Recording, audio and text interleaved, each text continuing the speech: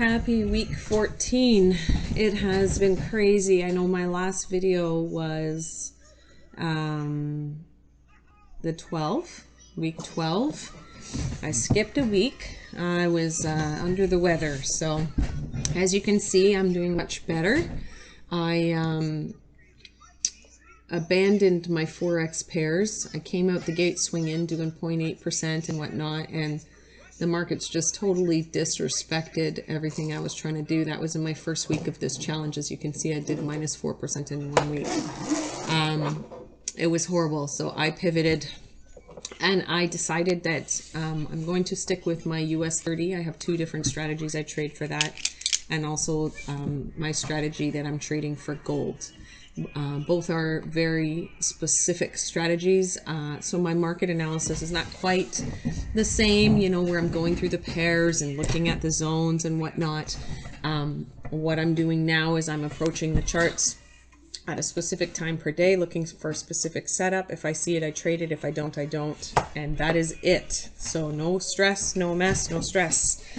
So as you can see, I've done 6% here in US30 and in gold 0.7%. Last week just passed, up 3.8%.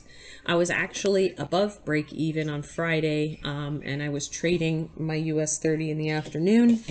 And one big honking candle took me out. This candle here took me out of my trades that I was trading.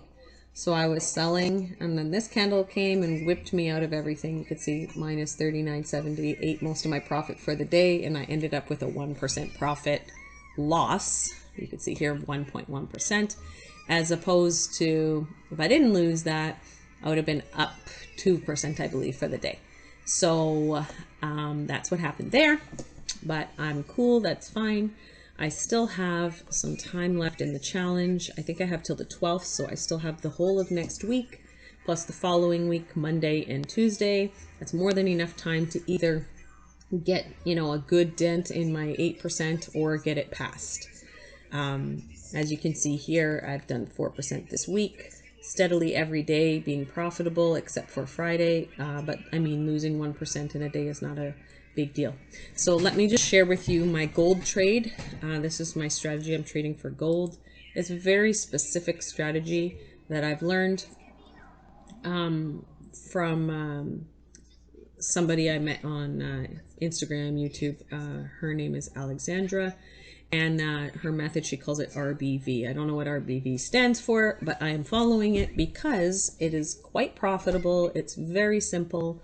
And it is based on ICT concepts. So it's based on smart money, which I already like and understand. I just get frustrated with it. So I'll just go over quickly what the trade was for Friday. So based on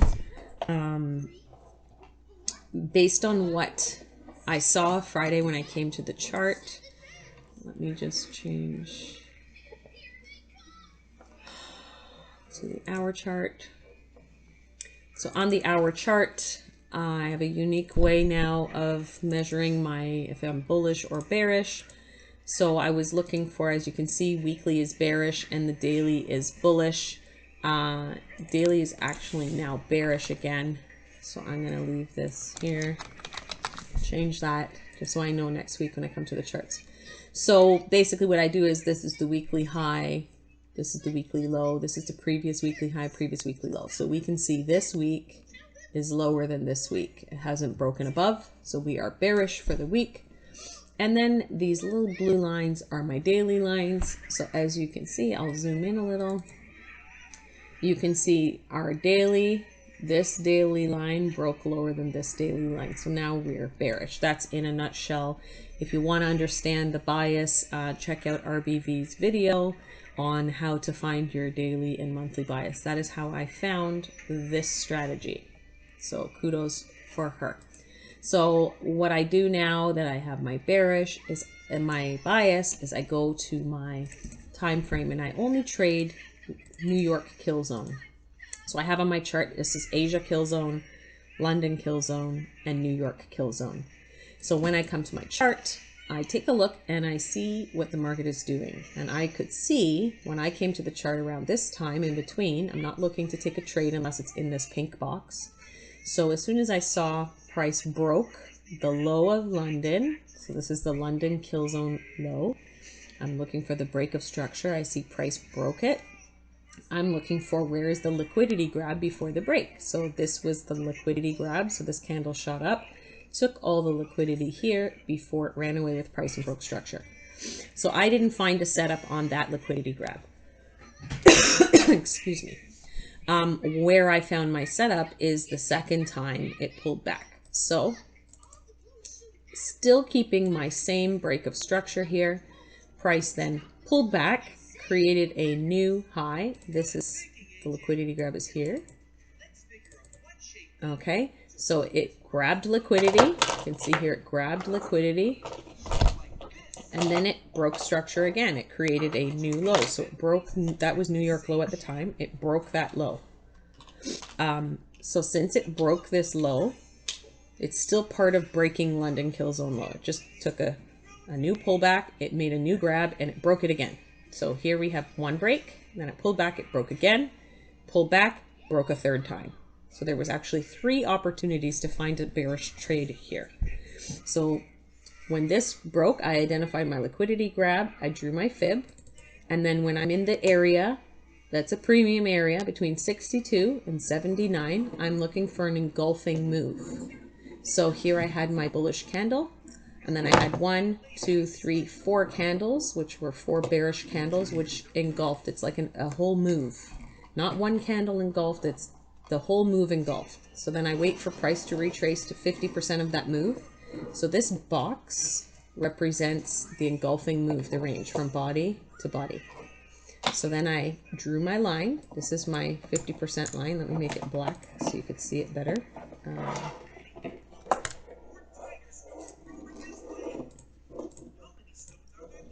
So there we go.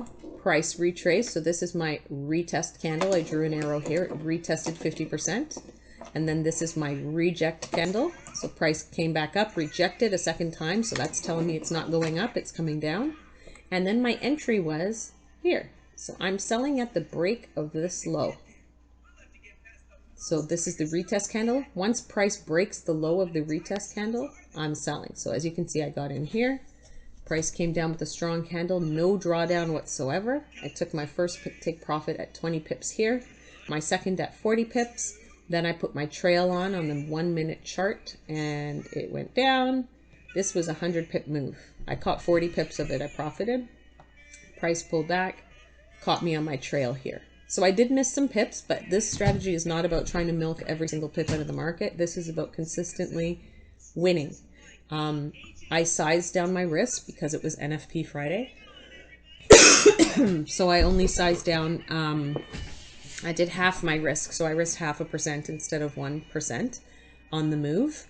And I used my trade manager, so I don't have to think about what's happening. As soon as it hits 20 pips, it closed, I think 75% of my trade.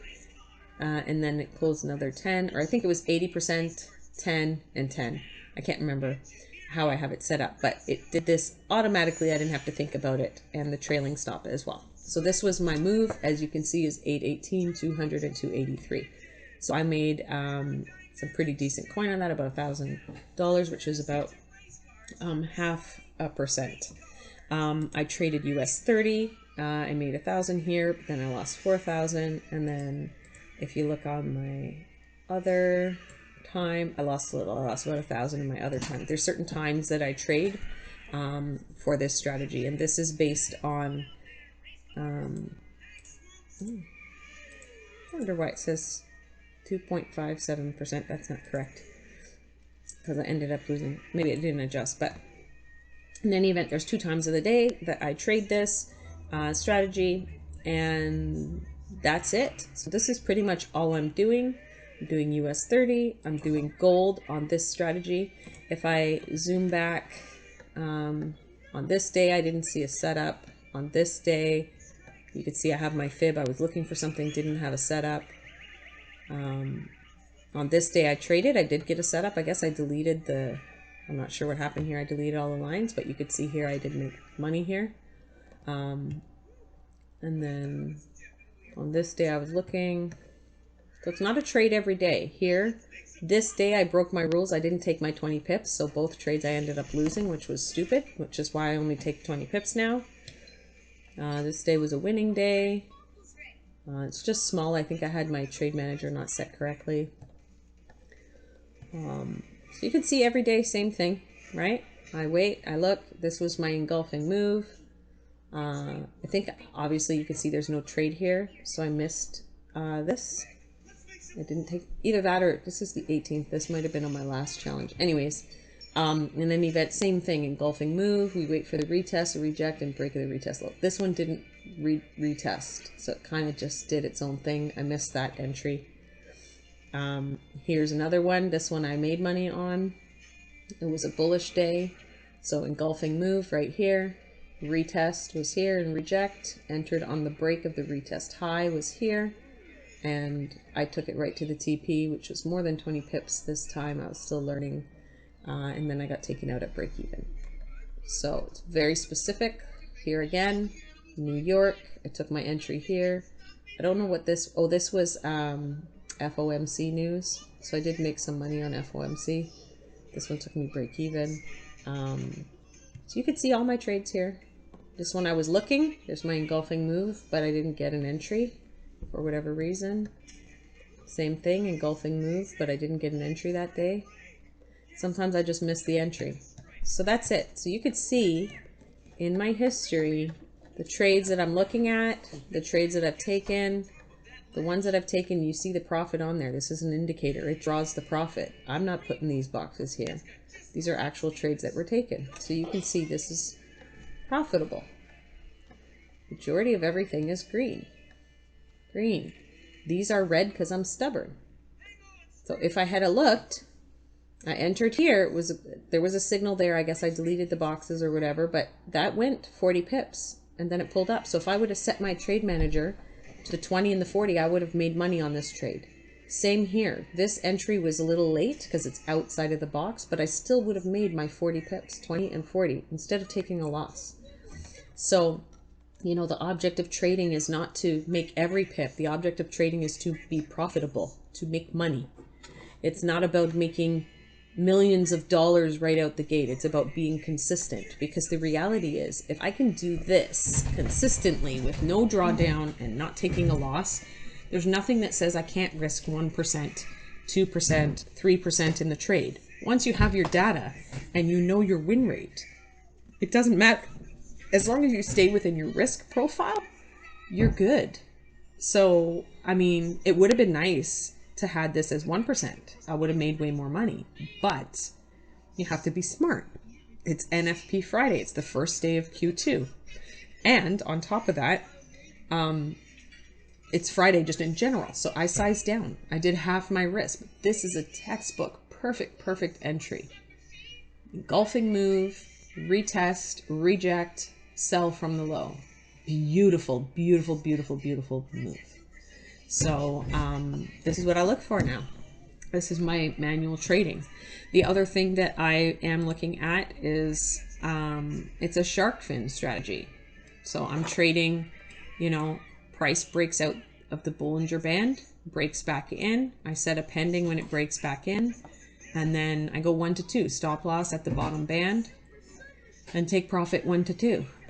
And that's it. I'm not doing anything fancy anymore. I come to the chart. I don't think about the charts. I'm not thinking about the trends. I'm not thinking about what's happening. I trade only what I see. And my results have spoken. So this week I did almost 4% and I pulled myself out. So even though this first week is minus 4.2, the first 3 days I did like minus 7% or something. You could see all of this here. Let's see, let's add this up. 0.5 plus 0.8 plus 1.6, 0.8, 2.3, 0.8. I lost 6.8% in forex in the first, I think, 3 days that I started trading this challenge. And then I made back 2. I closed the week in minus 2.